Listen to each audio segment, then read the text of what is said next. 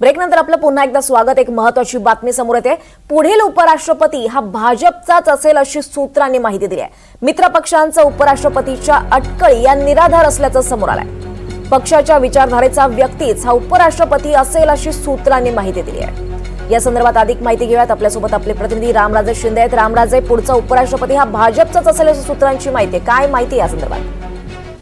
बिलकुल अतिशय संवेदनशील पद असतं उपराष्ट्रपती पद आणि सभागृह चालवलं जातं आणि सभागृहामध्ये जर बहुमत जर कमी पडलं तर सरकारवर प्रश्नचिन्ह सुद्धा निर्माण होऊ शकतात, सरकार कोसळू सुद्धा शकतात आणि त्यामुळे एक भाजपचाच आणि भाजपच्या मुशीमध्ये घडलेला असा नेता असावा अशी माहिती आता पुढे आलेली आहे। त्यामुळे ओम माथुर, थावरचंद गहलोत असे दोन नेते आहेत। या दोघांचं नाव आता स्पर्धेमध्ये पुन्हा एकदा आलेलं आहे आघाडीवर आणि या दोघांपैकी कोणाला तरी उपराष्ट्रपती पद भूषवण्याची संधी मिळू शकते आणि त्या दृष्टीनं पावलं टाकली गेलेली आहेत।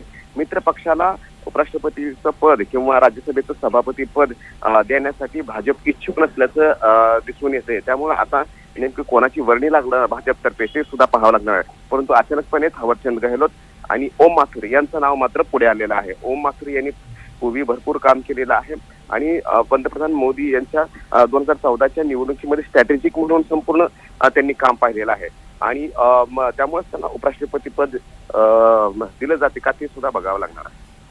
निश्चितच रामराजे, धन्यवाद या सगळ्या सविस्तर माहितीसाठी।